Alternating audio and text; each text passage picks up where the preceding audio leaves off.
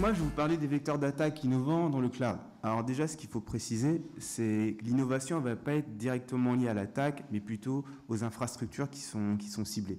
On parle d'Amazon avec la solution AWS pour Amazon Web Services et le parti stockage, ou d'Office 365 et de Microsoft Azure. Donc 2017, comme mes collègues l'ont dit, beaucoup d'attaques, notamment dans le cloud, et de nombreuses sociétés ont eu des fuites de données dans ces systèmes. On peut citer Uber, on peut citer Deloitte, on peut citer la NSA, entre autres. Donc là, on va voir dans les prochains exemples que ce n'est pas forcément beaucoup de technicité, c'est parfois un peu, et parfois c'est un manque de compréhension du système ou quelque chose d'un peu plus laxiste. Donc le premier exemple, c'est la NSA.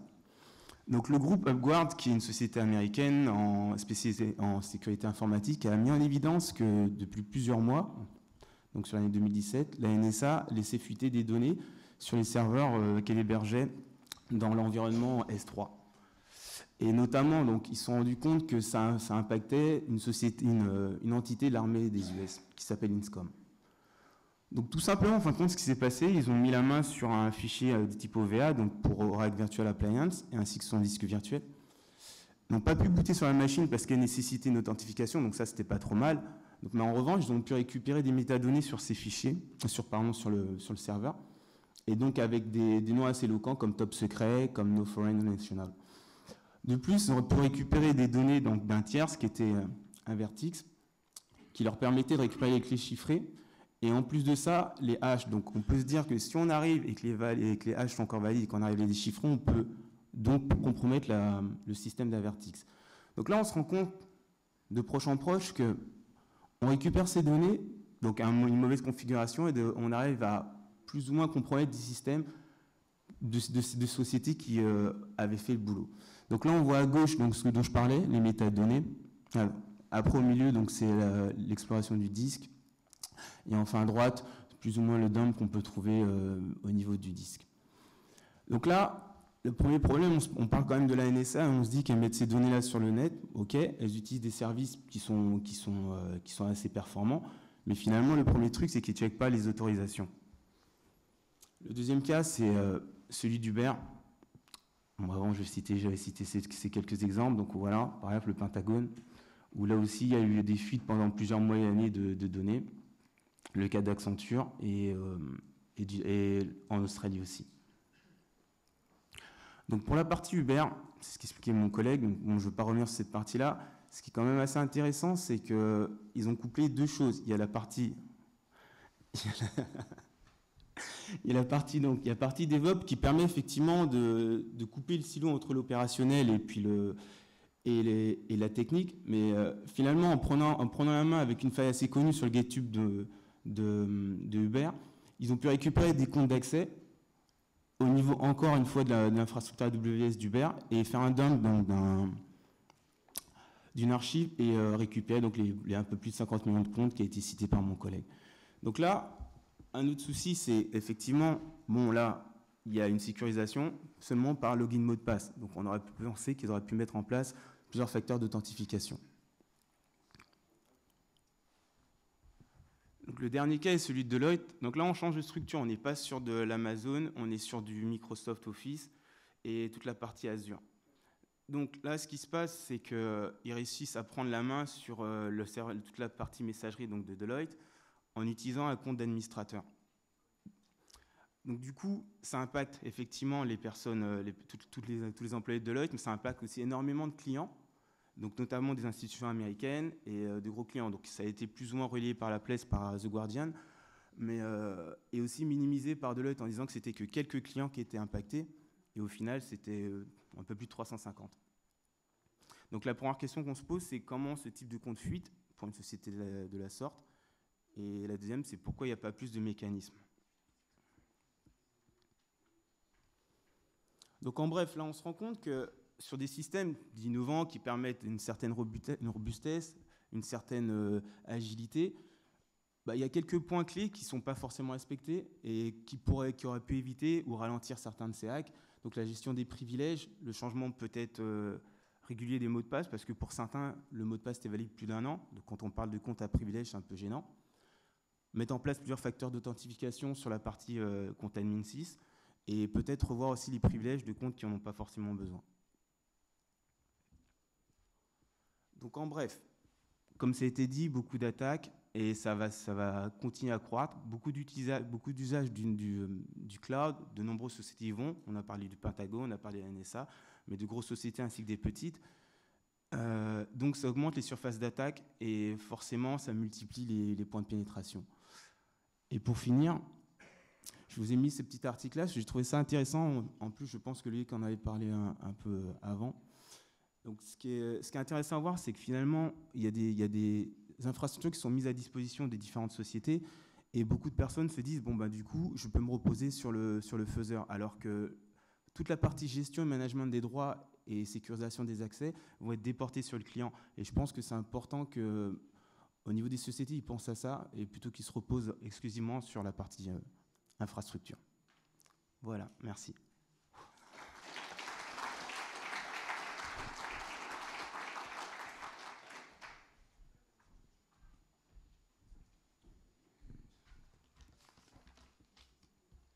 Bonjour. Donc maintenant, on va faire un petit focus IoT et on va parler encore une fois d'attaques innovantes. Alors vous allez voir, comme pour les précédents exemples, que les attaques ne sont pas forcément si innovantes que ça. Le domaine l'est. IoT, on en a beaucoup parlé en 2017. On va continuer à en parler beaucoup dans les prochaines années, à coup sûr. Donc déjà, je vais commencer mon exposé en parlant un tout petit peu de ce qu'on a vu l'année dernière. Vous allez voir qu'on est vraiment dans la continuité. Exactement il y a un an, dans cette, enfin pas la même pièce, mais en tous les cas la même conférence, on vous parlait de Mirai et de botnet d'objets connectés. Sans grande surprise, vous allez voir qu'on va encore en parler cette année, avec des DDoS. On vous parlait de problématiques de vie privée liées aux IoT, notamment avec des problématiques sur certains jouets qui étaient quand même très intrusifs dans la vie privée des utilisateurs et des enfants notamment. On parlait de problématiques de vol de véhicules avec ces véhicules connectés, et vous allez voir que tout ça était particulièrement bien illustré sur l'année 2017. Donc si on parle de botnet, donc de réseau de machines compromis, ou plutôt de réseau d'objets compromis, on voit que l'année 2017 a vraiment été dans la continuité. Mirai, dont on va d'ailleurs reparler un petit peu à la fin de cette présentation, puisque la police en dira un petit mot, on a quelques nouvelles des auteurs, donc ça va être assez intéressant. Je crois qu'on les a retrouvés. Donc, on en a entendu parler, bien évidemment, mais on a vu surtout toute une ribambelle d'autres botnets d'objets connectés apparaître. Des choses comme Brickerbot, Satori, IoT Reaper, IoTroop, qui ont continué et surtout qui ont évolué. Quand on prend des choses comme Satori, on voit qu'on a eu 3 vagues. Une première vague assez classique où on avait donc un mécanisme de compromission en utilisant des mots de passe par défaut, puisque beaucoup de ces équipements ont des mots de passe standards, des mots de passe faibles. Une deuxième évolution de ce réseau de botnet où on utilisait des vulnérabilités connues. Bien évidemment, vous savez comme moi que les réseaux d'IoT, les objets connectés sont rarement patchés. On n'a pas beaucoup de firmware sur ces montres connectées, enfin, encore que les montres évoluent un petit peu, mais sur beaucoup d'objets, on n'a pas grand-chose. Et puis une troisième version de ce réseau de botnet qui a carrément utilisé des exploits, voire même des zero day, donc des attaques inconnues. On a eu ainsi le cas sur ce fameux Satori, où en novembre 2017, on a vu des attaques exploitant un zero day sur des routeurs Huawei, donc des failles qui a été corrigée juste ensuite, mais qui a été apparue directement exploitée par ce réseau d'objets connectés. Donc des choses assez intéressantes. On a eu en aparté, dans la suite de Mirai, un botnet dit bienveillant, bon, qui n'a pas fait beaucoup de bruit, qui essayait de se propager aussi sur les réseaux d'objets mal sécurisés pour fermer le portelnet, pour essayer de protéger de façon à ce que d'autres botnets ne les infectent pas. Ça a eu un effet assez limité, et puis la déontologie est relativement discutable, mais j'ai souhaité le mentionner. Alors, si on regarde ces réseaux d'objets connectés, là j'ai extrait un exemple d'un réseau qui a fait parler de lui à l'automne, qui s'appelle IoTroop. Vous voyez qu'on est quand même arrivé à un niveau de sophistication assez intéressant. On a l'image du réseau de botnet, un petit peu pour les plus anciens dans la salle, des choses comme Slammer, donc quelque chose d'assez bête qui se propage d'objet en objet.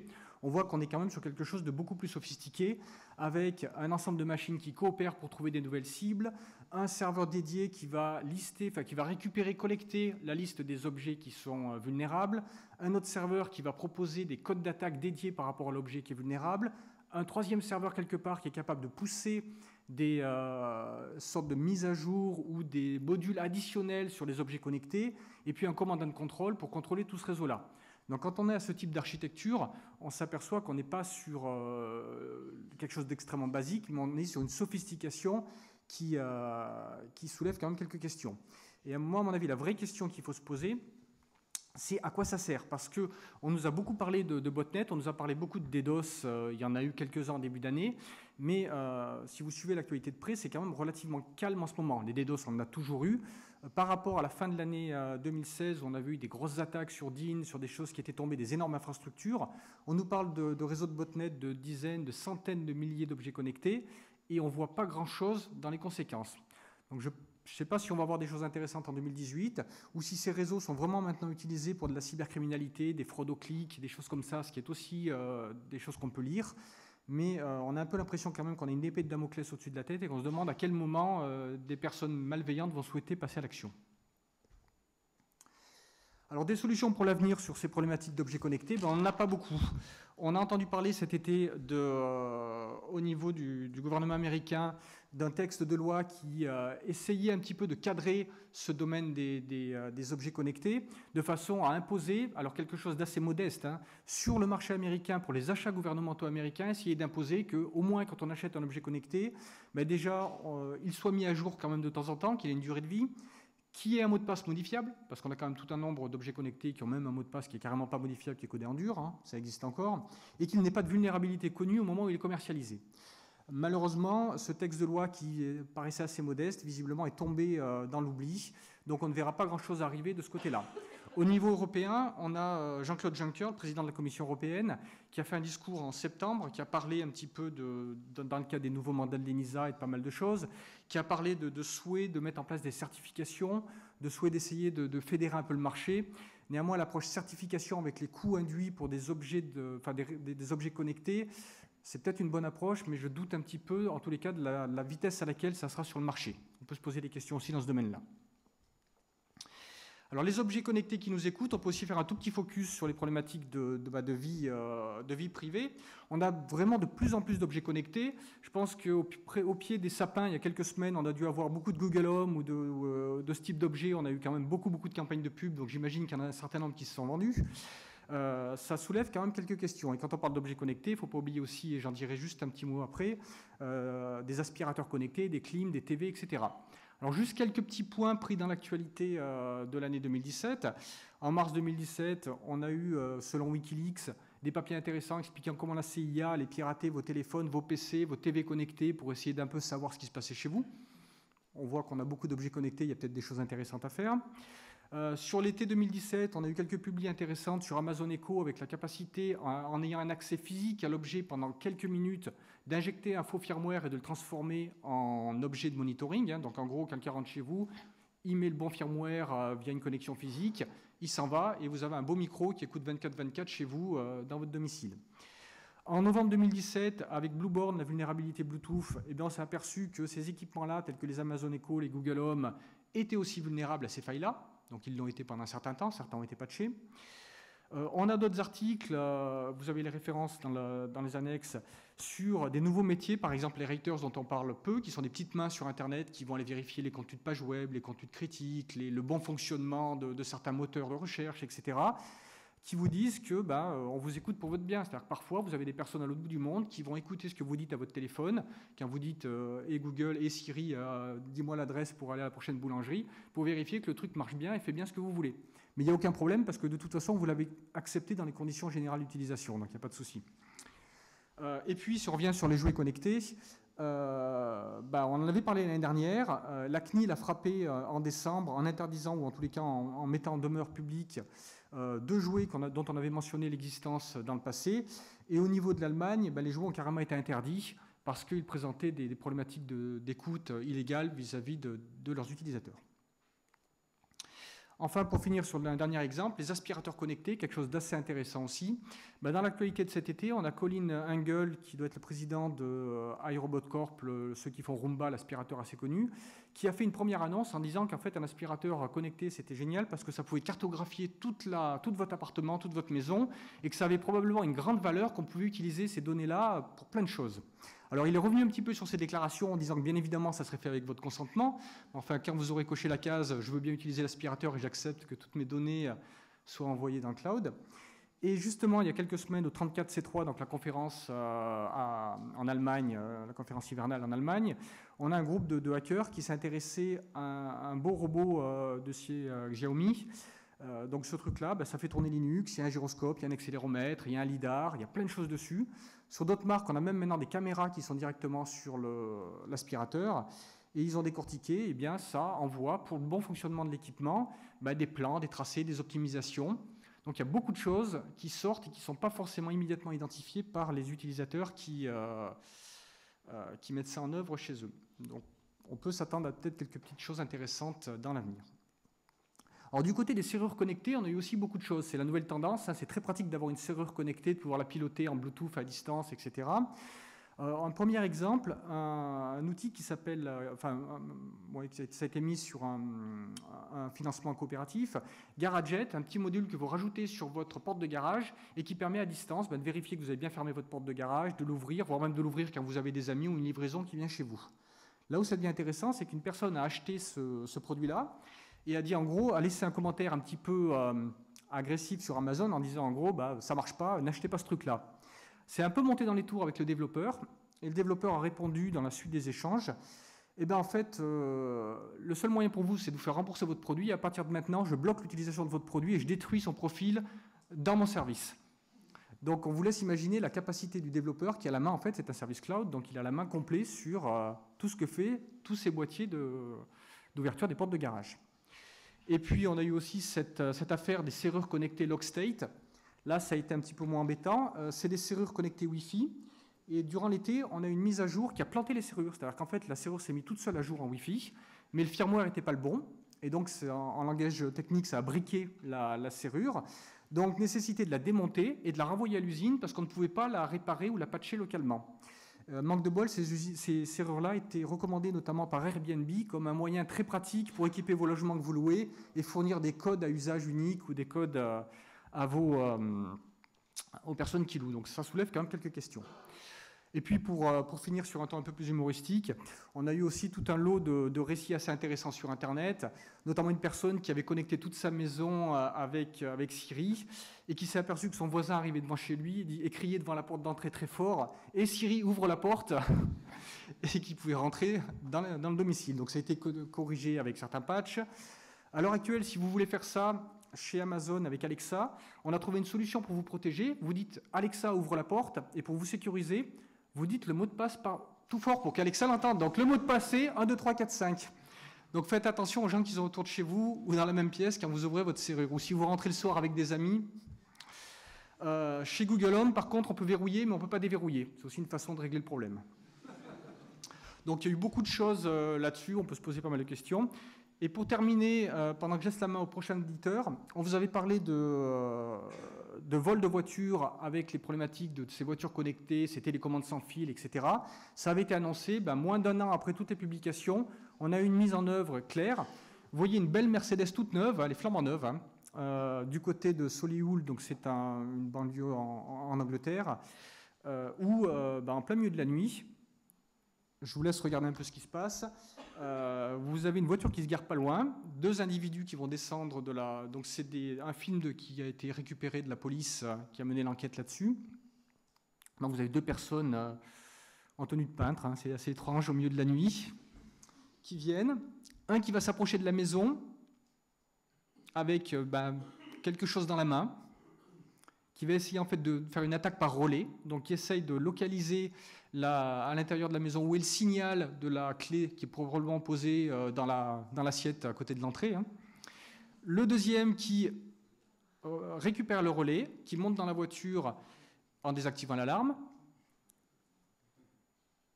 Alors là, visiblement, il n'a pas eu le temps de démarrer la voiture, donc il faut refaire une attaque par relais pour réamplifier le signal pour avoir le sans contact pour démarrer la voiture, ce qui va être fait assez rapidement.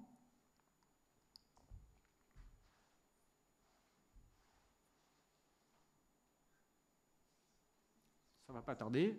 Et là, on voit qu'il se sauve en vitesse et que la voiture recule. Donc tout va bien, elle a été démarrée sans aucune clé, sans aucune effraction et sans aucun bruit.